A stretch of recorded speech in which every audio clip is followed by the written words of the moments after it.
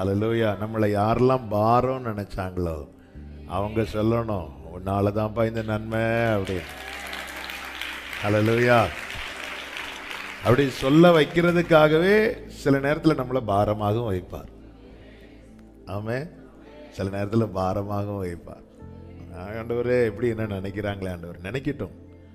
எளியவனை குப்பையிலேருந்து உயர்த்தணும்னா யாராவது ஒரு ஆள் அவனை குப்பையில் தூக்கி போடணும்ல. நாமளே போய் குப்பையில் இருப்போமா? பந்தியில முந்துகிறவர்கள் நாம. சீஷர்கள் கூட இருக்கிறாங்க, ஒரு இடத்துல சாப்பாடை கூப்பிடுறாங்க, உடனே எல்லாருமே ஆண்டவர் பார்த்தார். யாராவது இறங்கி இருப்பாங்களா? இறங்கி இருக்க மாட்டாங்க. எல்லாரும் மேலே தான் ஏறி இருப்போம். அப்போது அந்த ஒரு வாக்குத்தத்தை என் வாழ்க்கையில் நிறைவேறணும்னா நான் குப்பையில் யாராவது என்னை தூக்கி போடணும். அப்படி போட்டவர்களுக்காக அவங்க போடலைன்னா எப்படி இங்கே வந்திருப்போம்? இங்கே வரலன்னா எப்படி நம்மளை தூக்கி இருப்பார்? கடந்து வந்த பாதைகளை திரும்பி பார்க்கிறேன், கண்ணீரோடு கர்த்தாவே நன்றி சொல்கிறேன். ஆண்டவர் நல்லவர், ஒவ்வொன்றாய் எண்ணி நன்றி செலுத்தணும். ஆமென். தேவன் நல்லவர். ஆமென். அப்போ ஒரு நல்லவருக்குள்ள இருந்து வர்றது எல்லாமே நன்மையானவைகள் தான் இருக்கும். தேவன் அன்பாய் இருக்கிறார்.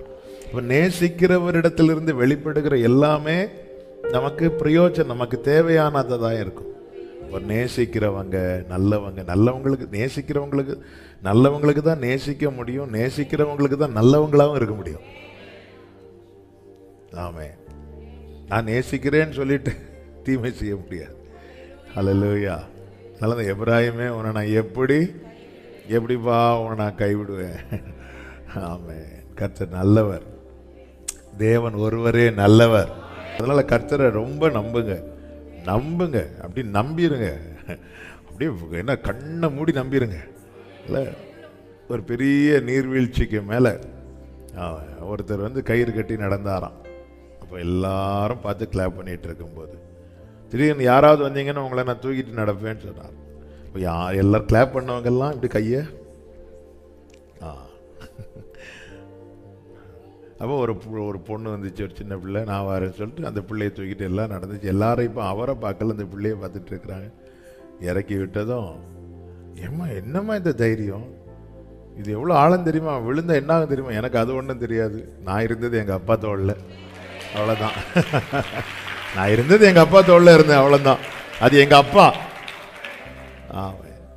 எனக்கு அது மட்டும் தெரியும். இது மட்டும் தெரிஞ்சா போதும்.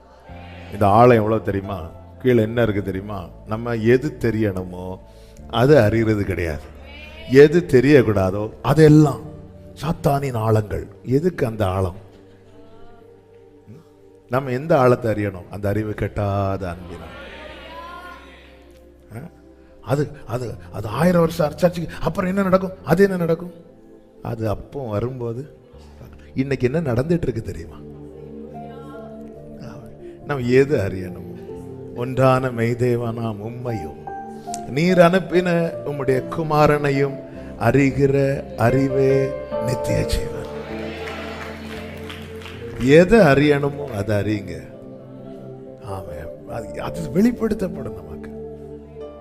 பவுல் சொல்றாரு, அதாவது கிரேக்கர்கள் அறிவை தேடுகிறார்கள். கொரிந்துக்கு சொல்லும்போது அவங்க அறிவு, இதெல்லாம் இந்த பிரசங்கெல்லாம் என்ன பிரசங்கம்? நாங்கெல்லாம் இன்னும் இன்ஃபர்மேஷன் எல்லாருக்கும் இன்னைக்கு எல்லாம் இன்ஃபர்மேஷன் கேட்கறதுக்கு தான்.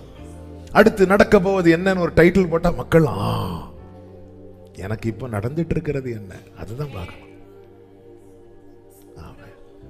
பவுல் அதான் சொல்றேன், இங்கே பாருங்கப்பா, நீங்க என் பிரசங்கத்தை ஏற்றுக்கொண்டாலும் சரி ஏற்றுக்கொள்ளலைனாலும் சரி, எனக்கு ஒன்னே ஒண்ணுதான் இருதயத்தில் இருக்கு. சிலுவையில் அறியப்பட்ட அவரை நீ அறிஞ்சிட்டேன்னா நீ ஜெயிச்சிட்டேன்னு அர்த்தம்.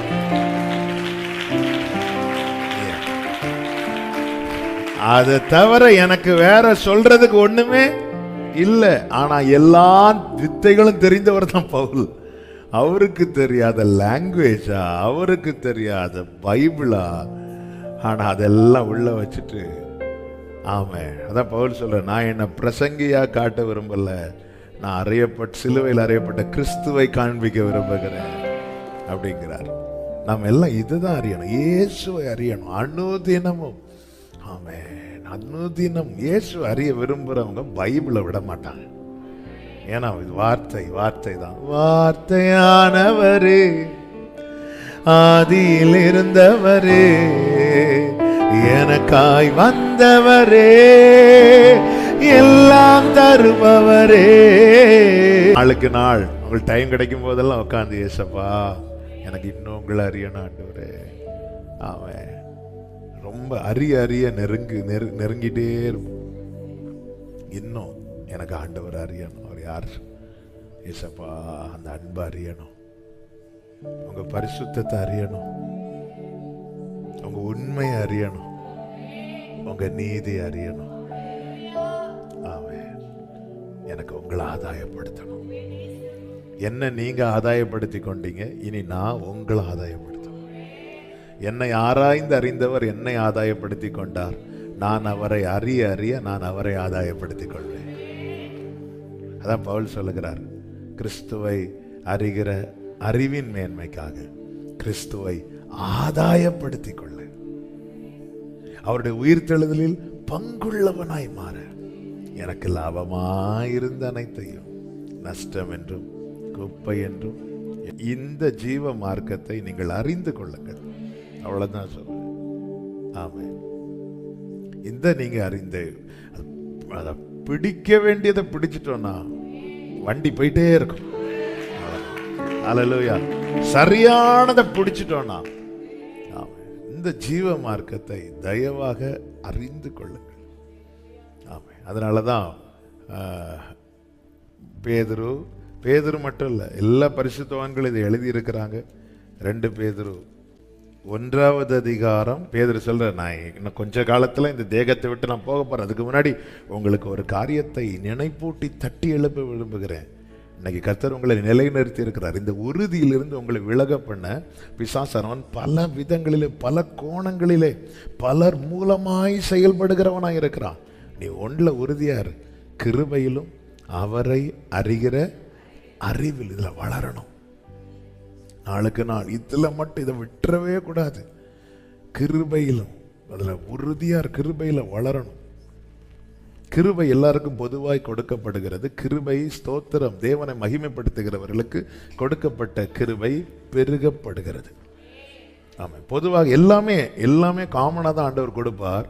சிலர் வாழ்க்கையில் அது பெருக்கத்தை நோக்கி போயிட்டு இருக்கும். ஆமா, எல்லாருக்கும் ரட்சிப்பு பொதுவாய் கொடுக்கப்பட்டது. ரட்சிப்பு நம்ம எல்லாருக்குமே ஒரே கிரயம் தான் கொடுக்கப்பட்டது. எனக்கு எக்ஸ்ட்ரா கொடுக்கப்படல. எனக்கு ரத்தம் தான், உங்களுக்கு ரத்தம் தான். எனக்கு அவருடைய பிற்கப்பட்ட, உடைக்கப்பட்ட, நொறுக்கப்பட்ட சரீரம் தான், உங்களுக்கு நொறுக்கப்பட்ட சரீரம் தான். நம்ம எல்லாருக்குமே அது பொதுவாய் கொடுக்கப்பட்டிருக்கிறது. ஆனால் சிலருடைய வாழ்க்கையிலே அது பெருக்கத்தை நோக்கி போவதை பார்க்க முடியும். அவங்க வளர்ந்து கொண்டே இருப்பதை பார்க்க முடியும். ஏன்னா அவர்கள் தேவனுக்குரிய மகிமையை செலுத்தி கொண்டிருப்பார்கள். தேவனுக்கு உகந்தது போல தங்கள் வாழ்க்கையை மாற்றிக்கொண்டே இருப்பாங்க. ஆமென். பாருங்கள், 5, 2, 1 கொடுக்கிறார். 5 கொடுத்தவன் அதை கர்த்தருக்கு எஜமான்கிட்ட 10 கொடுக்கும்போது எஜமானின் சந்தோஷத்துக்குள்ள பிரவேசிக்க விடுகிறார். 2 4 அதே சந்தோஷத்துக்குள்ள தான் விடுறார். நம்ம ஒவ்வொருத்தருக்கும் கொடுக்கப்பட்ட கிருபை அதுல வளரணும். அதை உதாசீனப்படுத்தக்கூடாது. அதை விட்டுட்டு வேற எதையும் பிடிச்சிட்டு இருந்தோம்னா ஆமே வளரணும், பெருகணும். ஆமா, இன்னைக்கு எனக்கு தேவன் என்ன கொடுத்திருக்கு, அது பெருகணும். தாவீது வர வர விருத்தி அடைந்தான். அதுதான் சவுலுக்கு என்ன கொடுக்கப்பட்டது, தாவீதுக்கு அதுதான் கொடுக்கப்பட்டது. சவுல் மேல அபிஷேகம், தாவீது மேல அபிஷேகம்.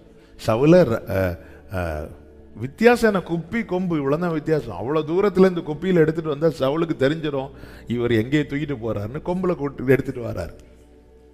ஆவிக்குரிய அர்த்தங்கள் வேற இருக்கலாம், ஆனா எழுத்தின்படி பார்த்தா அதுதான் வித்தியாசம். அவ்வளவு தூரத்துல டிராவல் பண்ணி வர்றார். அபிஷேக தைலம் ஒண்ணுதான், அபிஷேகம் பண்ணவரும் ஒருத்தர் தான். ஆமே. ஆனால் சவுல் வர வர பலவீனம் அடைந்தான், தாவீது வர வர விருத்தி அடைந்தான். வாழ்க்கை ஒண்ணுதாங்க, ஓட்டம் ஒண்ணுதாங்க.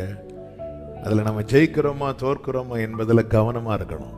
கர்த்தர் எல்லாவற்றையும் அதன் காலத்திலே நேர்த்தியாய் செய்வார். இந்த தேவன் என்றென்றைக்கும் உள்ள சதா காலமும் நம்முடைய தேவன்.